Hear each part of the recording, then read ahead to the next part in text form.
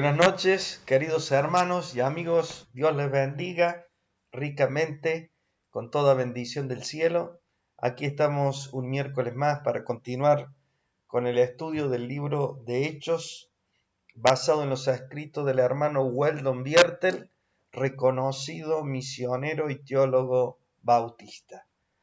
Pero primero que todo, lo que vamos a hacer va a ser pedir la bendición de Dios en esta noche para continuar con el estudio del libro de Hechos. Padre, gracias te damos, te bendecimos en esta noche, una vez más agradeciéndote, Señor, tu misericordia renovada. Queremos pedirte que tú bendigas, Señor, lo que vamos a ver en esta noche, lo que vamos a estudiar, Padre, que tiene que ver, Señor, con la vida de los primeros cristianos, de nuestros primeros hermanos, y todo lo que ellos vivieron, Señor, contigo, testificando, poniendo en alto, Señor, tu nombre. Queremos inspirarnos en ellos, Señor, a través del estudio de la palabra, para que nosotros también podamos caminar contigo en esta tierra durante el transcurso de nuestra vida. Padre, bendigo a mis hermanos, a mis amigos que están conectados, los que se están conectando, los que se conectarán después. Que tú bendigas en esta noche todo lo que digamos y que tu presencia nos asista y nos bendiga. En el nombre de Jesús, amén y amén. Muy bien, queridos hermanos, vamos a hacer un pequeño repaso de lo que habíamos visto la semana pasada.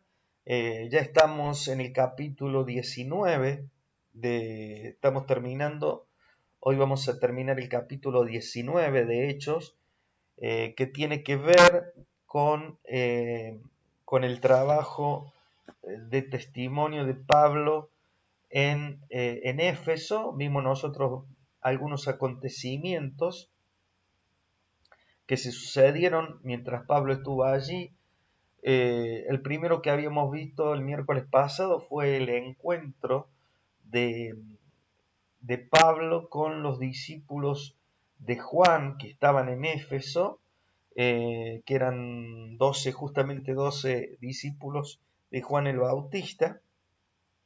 Y estos discípulos tenían una particularidad, que era de que ellos no habían escuchado acerca del Espíritu Santo. Ellos solamente no conocían el bautismo del Espíritu Santo, sino que conocían el bautismo de Juan.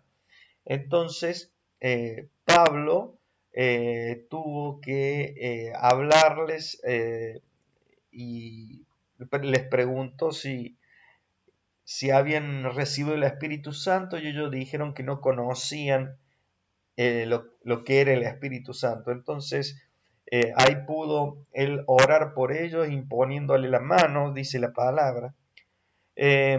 Y después nosotros vimos el otro acontecimiento que se sucedió estando Pablo en Éfeso, fue que vimos acerca del poder de la iglesia, que muchos milagros poderosos eran hechos por mano de Pablo, de tal forma que traían la ropa, y dice, eh, ellos llevaban la ropa y al colocársela a los enfermos se sanaban. Lo otro que había hecho Pablo fue conseguir un lugar para enseñar, que era en la escuela de este hombre tirano, para poder enseñar a los nuevos convertidos. Después, ¿qué otra cosa vimos? El otro acontecimiento que nosotros vimos fue el de los hijos de Seba. ¿Se acuerdan que dijimos que había judíos exorcistas que vieron los milagros realizados por la mano de Pablo, y ellos quisieron hacer lo mismo, pero pervirtiendo el uso del poder divino?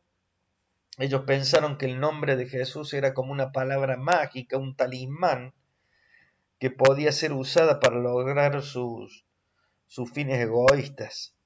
y la experiencia de los judíos exorcistas de estos, los 7 hijos de Seba, judío jefe de los sacerdotes, fue usada para también advertir a la gente que el poder espiritual que venía de Dios no podía ser pervertido ni corrompido.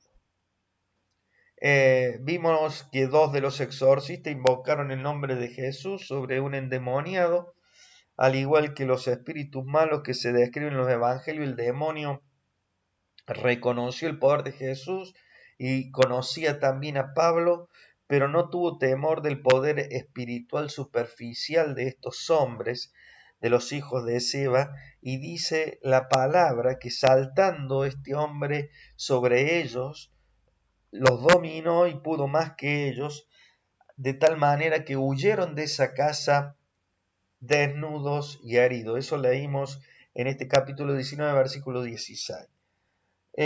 Luego vimos nosotros algo sobre los planes futuros que tenía Pablo, que su idea era volver a Jerusalén y en algún momento también visitar Roma. Y hoy vamos a continuar con los acontecimientos de Éfeso y vamos a ver este título que dice El alboroto de Éfeso, que en realidad es una controversia que se produce con un tal llamado Demetrio. Este es el pasaje que está en el capítulo 19, versículo 23 al 41, vamos a leer. Pero antes nos vamos a ubicar, ¿no es cierto? Estamos en este momento en Éfeso, lo que estamos viendo, ahí tenemos, para que recordemos el mapa de donde está ubicado Éfeso, en la parte sur de Asia Menor. Allí se encontraba Pablo en este momento.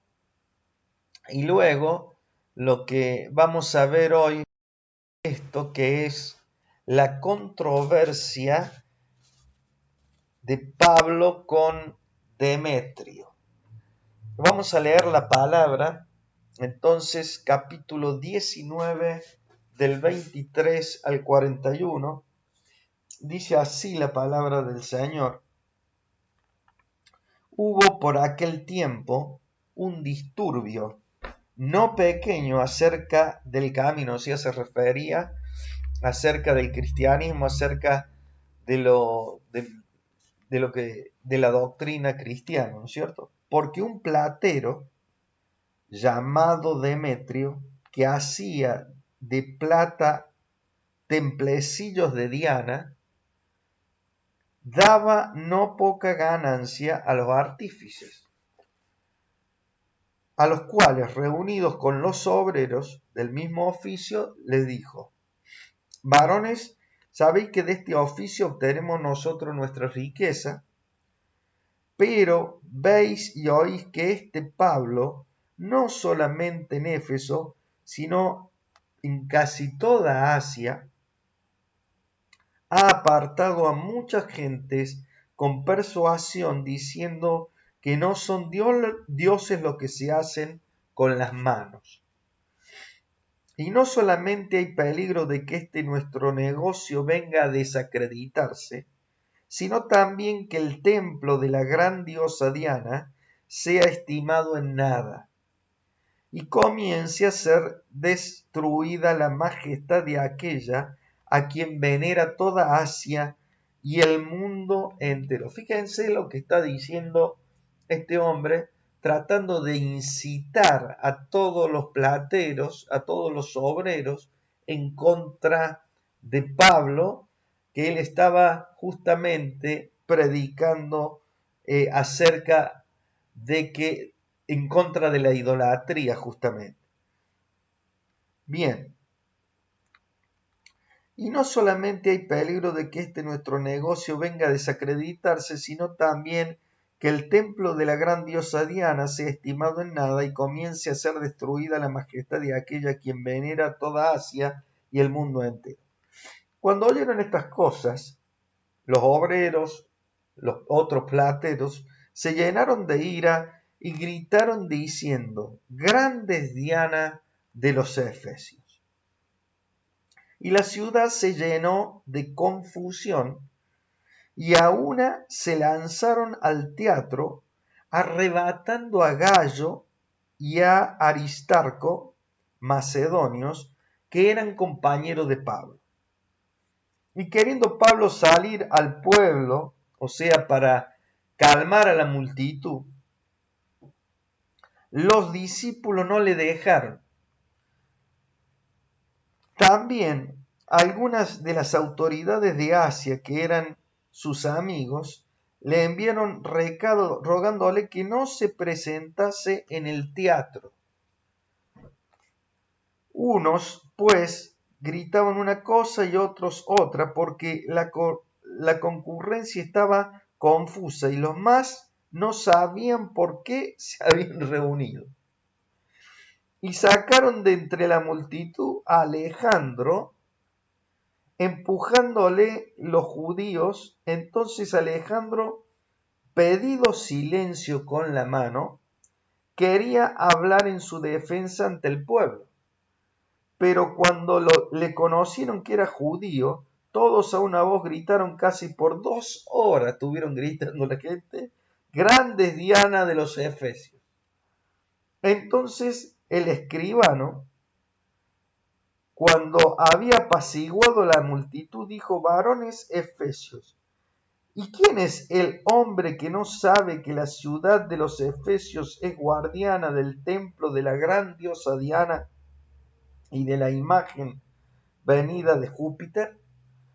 Puesto que esto no puede contradecirse, es necesario que os apacigüéis y que nada hagáis precipitadamente, porque habéis traído a estos hombres sin ser sacrílegos ni blasfemadores de vuestra diosa, que si Demetrio y los artífices que están con él tienen pleito contra alguno, audiencias se conceden y procónsules hay, acúsense los unos a los otros. Y si demandáis alguna otra cosa, en legítima asamblea se puede decidir, porque peligro hay de que seamos acusados de sedición por esto de hoy, no habiendo ninguna causa por la cual podamos dar razón de este concurso. Y habiendo dicho esto, despidió a la asamblea. Que Dios bendiga su palabra.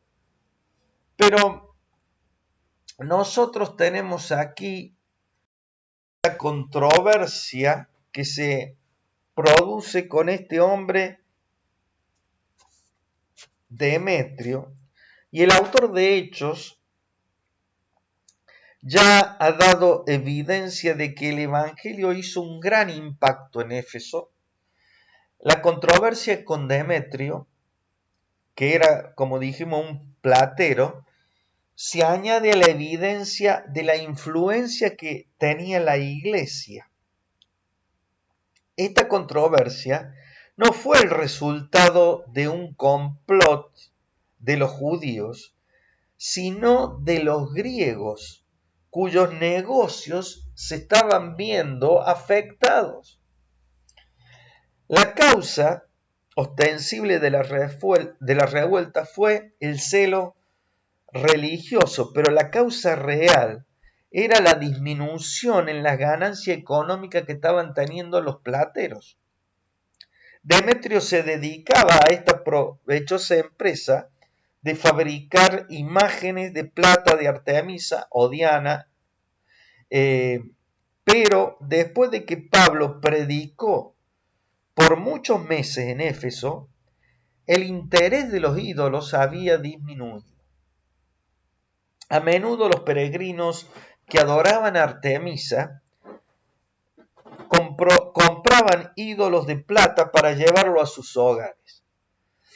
La influencia del ministerio de Pablo había disminuido la compra de los ídolos hasta el punto que dice hubo por aquel tiempo un disturbio no pequeño acerca del camino. Eso que leímos al comienzo en el versículo 23. Después que Demetrio citó a los obreros que trabajaban en tareas similares y los reunió, les dijo, fíjese lo que dice este hombre, en casi toda Asia, Pablo, hablando de Pablo, ha apartado a muchas gentes con persuasión, diciendo que no son dioses los que se hacen con las manos. Eso lo dice en el versículo 26. Vamos a ir con esta controversia, porque hay dos cuadros más, cuadro 2 de esta controversia. Y aunque era una afirmación exagerada la que estaba haciendo Demetrio, ¿no es cierto? Pero revela que el trabajo que Pablo estaba haciendo había influido grandemente no solo en Éfeso, sino también en las regiones cercanas, porque estaba hablando de toda Asia este hombre. Demetrio no solo apeló al aspecto económico, sino también que apeló a las emociones religiosas de los obreros. Él señaló lo siguiente, que si Pablo continuaba predicando la gran diosa Artemisa, perdería su valor. También apeló al orgullo nacional afirmando que la gente de todo el mundo dejaría de venir a adorar a Éfeso. Eso lo dice ahí en el versículo 27. Mucha gente respondió esta amenaza a su religión y se formó así la revuelta esta con la gente que comenzó a gritar, grande es Diana, diosa de los Efesios, en el versículo 28. Quizá los obreros no pudieron encontrar a Pablo. Por eso es que arrebataron, dice la palabra, a Gallo y a Aristarco, que eran los compañeros de Pablo, quienes habían venido desde Macedonia. Y dice la palabra que los arrastraron hasta el teatro. Y aunque Asia estaba gobernada por un procónsul, Éfeso era una ciudad libre y muchos asuntos seguían siendo manejados por el mismo pueblo de Éfeso. Continuamos.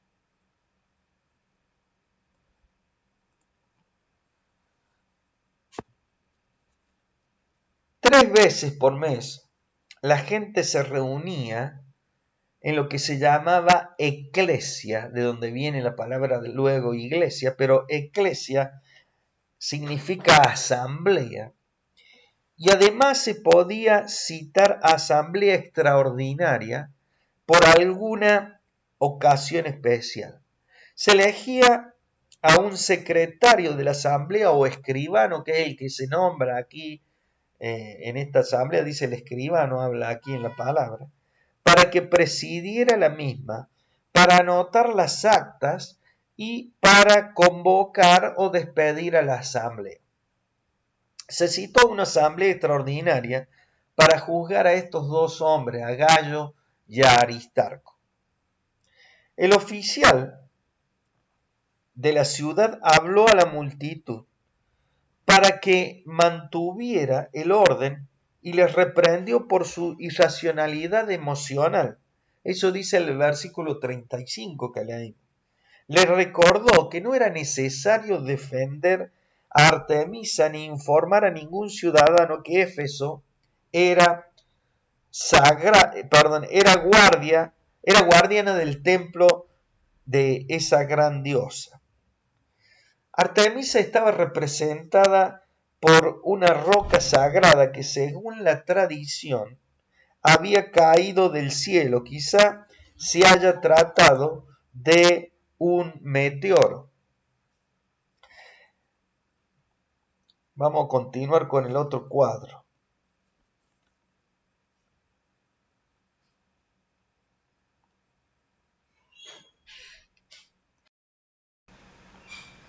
Dado que el poder de la asamblea era limitado, el escribano le sugirió a Demetrio y a sus artesanos que llevaran sus quejas a los procónsules, cuyos tribunales estaban sesionando en esos momentos. Si no quedaban satisfechos con la decisión de los procónsules, el tema sería tratado en una asamblea regular. El escribano temía que la revuelta de la turba de la gente fuera interpretada como una insurrección contra Roma, o sea, como un levantamiento contra Roma. Y como resultado perderían la libertad, esa libertad que tenía la ciudad de Éfeso. No consideraba las acusaciones que estaba haciendo Demetrio y sus comerciantes lo suficientemente serias como para citar a esta asamblea extraordinaria. Además de los procónsulos romanos y del secretario de la asamblea, se mencionan ahí un tercer grupo de oficiales políticos en el versículo 31. Cuando Pablo vio que sus compañeros eran arrastrados al teatro, quiso entrar y hablarle a la gente, pero las autoridades de Asia, que eran sus amigos íntimos, le impidieron que pusiera su vida en peligro de esa manera. Continuamos.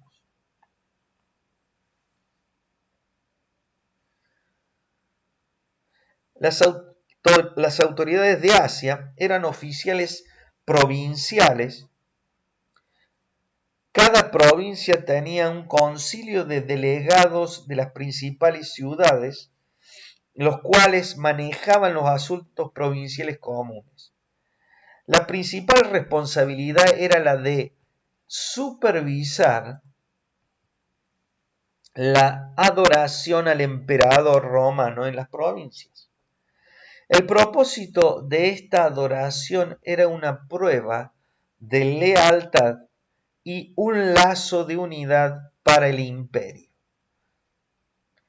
En relación con la adoración común al emperador, había una celebración provincial que incluía juegos y festivales. El presidente del concilio provincial presidía las festividades y los juegos. Esta persona recibía el título de gobernador de la provincia. Es interesante notar que los que eran responsables por la adoración al emperador, fíjense que habían llegado a ser amigos íntimos de Pablo. Ellos mismos le dicen a Pablo que no se ponga a hablarle y querer calmar al pueblo porque lo iban a matar, porque estaba todo muy confuso y la gente estaba enfurecida, no se sabía, había mucha confusión en el medio. Bien, vamos a ver un poquito el término este que vimos recién, que es el término eclesia. Eclesia es el término neotestamentario para iglesia.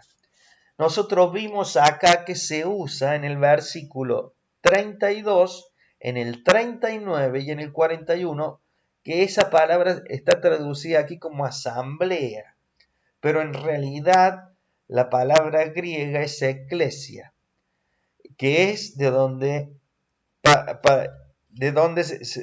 digamos, se deriva la palabra nuestra iglesia. Entonces, en estos versículos que son el 32, el 39 y el 41 de este capítulo 19, se nombra esta palabra griega eclesia para referirse a una asamblea secular del pueblo. El término se refiere a una organización de gente que se reunía en ocasiones específicas para tratar negocios particulares. aunque la organización tenía un oficial que la presidiera, el cual mantenía el orden de la reunión, la gente determinaba los asuntos de negocio en una forma democrática. Dado que este término particular fue elegido para designar a la Iglesia del Nuevo Testamento, es evidente que la Iglesia conducía sus asuntos de una manera semejante. La asamblea espiritual podía tener un líder que mantuviera el orden de las reuniones y presidiera sobre la organización democrática. El líder no tenía una voz autoritativa para decidir por la asamblea. Sus responsabilidades eran asignadas por la asamblea que lo elegía y él era el responsable ante la misma. Bien, entonces, cuando nosotros decimos iglesia, significa, fíjense ustedes, asamblea. Bien, vamos a ver otra cosita. Este último, desde el versículo 36 en adelante, perdón, 33 en adelante, se nos habla acerca de un hombre, Alejandro, el incidente de Alejandro, que figura ahí en 19:33 y siguientes versículos. Lucas presenta el incidente interesante referente a Alejandro. Los judíos habían tomado una posición fanática contra la idolatría. Alejandro era un vocero de los judíos. Quiso que lo escucharan. ¿Por qué quiso que lo escucharan? Él quiere hablar en ese alboroto que se produce. Él quería que lo escuchen, pero ¿por qué? Porque quería evitar que a él lo identificaran con los cristianos. Él quería, digamos, diferenciarse diciendo que era judío. Tan pronto como la gente, los gentiles, se dieron cuenta de que él era judío, rompieron a gritar, dice más todavía. Grandes Diana de los Efesios dice que estuvieron gritando por 2 horas hasta que se cansó la gente. Solo después de que quedaron exhaustos, dice que el escribano de la ciudad pudo captar la atención y mostrarle la tontería que estaban haciendo con esta acusación, así estos dos hombres que eran Gallo y Aristarco. Bien, ¿qué pasó? Cuando se produce este alboroto en Éfeso, Pablo decide partir de Éfeso. Y esta partida de Éfeso, este alboroto hizo que Pablo abandonara la ciudad. Ahí en el capítulo 21 lo leemos rápidamente. Dice, después que cesó el alboroto, llamó Pablo a los discípulos y habiéndolos exhortado y abrazado, se despidió y salió para ir a Macedonia. Durante el año siguiente, el apóstol viajó a través de Macedonia y Acaya, animando a las iglesias antes de emprender su último viaje a Jerusalén. Digamos que esta partida de Pablo desde Éfeso es la partida definitiva. Ya no vuelve más Pablo a Éfeso. Aquí ya se produce, digamos, realmente su despedida de Éfeso. Bien, y ahora vamos a entrar al capítulo 20. Vamos a entrar en el capítulo 20, del capítulo 22 al 24-27, nosotros vamos a ver el viaje de Pablo a Jerusalén y su encarcelamiento. Y ya a partir de aquí, de ese encarcelamiento en Jerusalén, Pablo él pide apelar a César y él viaja a Roma ya estamos llegando al final del libro, digamos. Vamos a ver entonces el viaje de Pablo a Jerusalén y su encarcelamiento. Hoy vamos a ver solamente la introducción, vamos a dejar con la introducción y vamos a continuar el próximo miércoles, pero luego de la prolongada permanencia de Pablo en Éfeso, él se determinó a hacer, como decíamos, un viaje a Jerusalén. ¿Para qué? Era para llevar una ofrenda de las iglesias gentiles. Primero era necesario que fuera por Macedonia y Acaya para recolectar la ofrenda y despedirse de las iglesias donde había trabajado durante aproximadamente 7 años que estuvo trabajando Pablo en estas iglesias. El viaje de Pablo a Jerusalén involucró varias paradas a lo largo del camino. En algunas ocasiones, sus amigos trataron de disuadirlo de que no fuera a algunas ciudades porque había peligro, donde seguramente él pudiera tener problemas. Pero ¿saben qué? Esto es muy interesante y es para que nosotros nos demos cuenta de, digamos, del carácter que tenía Pablo. Pablo tenía una profunda convicción en cuanto al plan de Dios y tenía fe en que Dios llevaría a cabo ese plan a pesar de la oposición.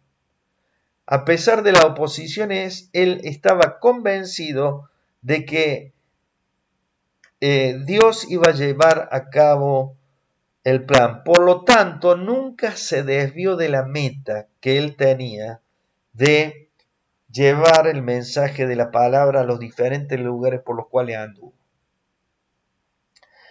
¿Qué más? En esta introducción podemos decir que Pablo obedeció el consejo de los hermanos en Jerusalén, que le decían que participara de las costumbres judías. Sin embargo, la enemistad de los judíos contra él era tan grande que estos iniciaron una turba, juntaron gente para acusarle y lo que le provocó esto el arresto en Jerusalén. Pero la voluntad de Dios no puede ser vencida. Y ahora, fíjense ustedes, a partir de este momento, desde que Pablo es, arrestado en Jerusalén, él es un prisionero, pero ¿saben qué? Era prisionero, pero tendría la oportunidad de testificar ante oficiales y autoridades de los diferentes estados por donde él iba a pasar. Las acusaciones contra él le ofrecieron la ocasión de poder llegar hasta Roma para poder llevar allí el Evangelio.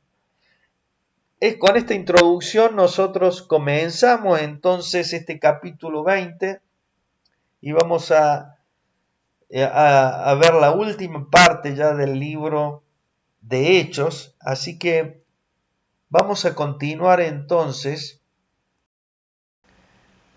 el próximo miércoles, ya primeramente viendo el viaje que Pablo pasa primero por Macedonia y Acaya y luego ya vamos a ver a Pablo en Jerusalén.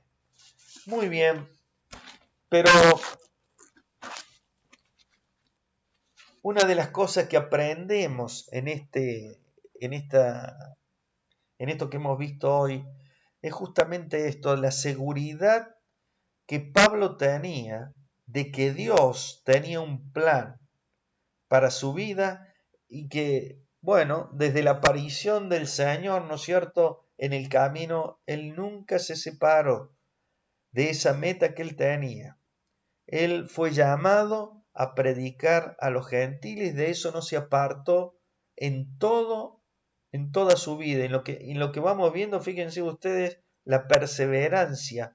Y yo creo que por esa perseverancia y esa seguridad que Pablo tenía en el Señor, él pudo cumplir con la misión y podemos decir que el Evangelio ha llegado hacia nuestras latitudes, hacia nuestros lugares justamente por esta perseverancia de Pablo. Y esto para que nosotros aprendamos. Muchas veces las situaciones de la vida a nosotros nos hacen decaer y nos hacen olvidar muchas veces de que Dios tiene un propósito con nosotros. Lo que nos ocurre, las circunstancias difíciles, nos hace olvidar que Dios tiene un plan con cada una de nuestras vidas. Nosotros no estamos en esta tierra por casualidad. Nosotros no estamos en la familia donde estamos por casualidad.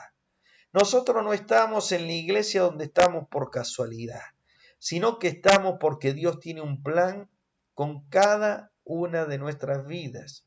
Y Dios quiere que nosotros, transitando cada día sobre esta tierra, nosotros vayamos descubriendo ese plan que Dios tiene para nosotros.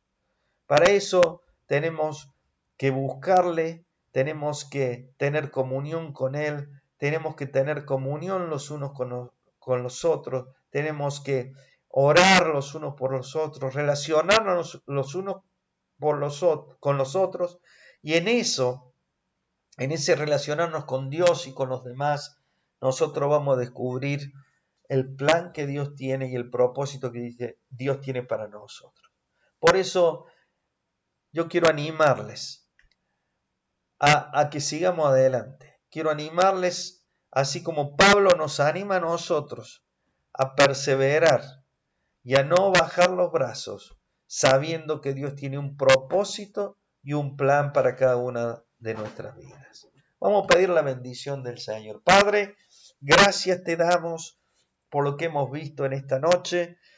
Gracias por la vida de tu siervo Pablo, que nos enseña, nos muestra realmente lo que es una vida entregada a ti, una vida de perseverancia a pesar de las oposiciones. Señor, que podamos aprender, Señor, a seguir adelante a pesar de lo que nos ocurra, a pesar de lo que se nos oponga, Señor, que podamos tener la disposición de seguir, Señor, hacia adelante. Como dice tu palabra, Señor, nosotros no somos de los que retroceden para perdición, sino de los que tienen fe para preservación del alma. Señor, bendice a cada uno de mis hermanos, de mis amigos, bendice, Señor, a las familias, Señor, a tus hijos, Señor, que te buscan, Padre. También clamamos en este momento que tengas misericordia de la tierra con esta pandemia que estamos viviendo, Señor, que tú hagas retroceder toda infección, toda actividad de este virus. Te lo rogamos, Señor, que tengas misericordia de esta humanidad. Gracias, Señor, te damos por este tiempo que podemos ver en tu palabra lo que es, Señor, servirte a ti. Gracias, Padre, te bendecimos en el nombre de Jesús. Amén y amén. Muy bien, queridos hermanos, les mando un gran abrazo y deseo que el Señor les bendiga y que tengan una hermosa semana.